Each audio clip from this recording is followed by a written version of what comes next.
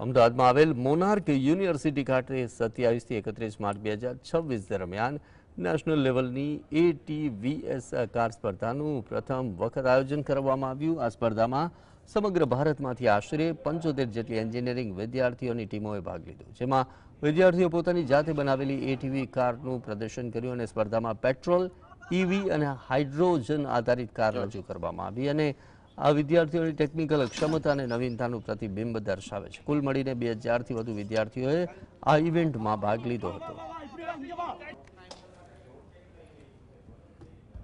છેલ્લા 5 વર્ષથી યુનિવર્સિટીમાં કામ કરી રહ્યો છું અને હું જોઈ રહ્યો છું કે છોકરાઓને થિયરી નોલેજ તો મળી રહ્યું છે પણ પ્રેક્ટિકલ નોલેજ નથી મળી રહ્યું। તો મેં ભાવિનભાઈ સાથે મળીને એવું કીધું કે ભાઈ તમે એટીવીસી કરાવી રહ્યા છો તો મારા બી આમાં ઇન્ટરેસ્ટ છે કે છોકરાઓને થિયરી પ્લસ પ્રેક્ટિકલ નોલેજ મળી।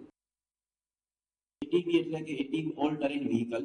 સો બેઝિકલી આ ચેમ્પિયનશિપ અલગ અલગ જગ્યાએ થતી હોય છે, પણ સેકન્ડ ટાઈમ ગુજરાતમાં છે અને ફર્સ્ટ ટાઈમ આપણે અમદાવાદમાં કરી રહ્યા છીએ with collaboration with monarch university.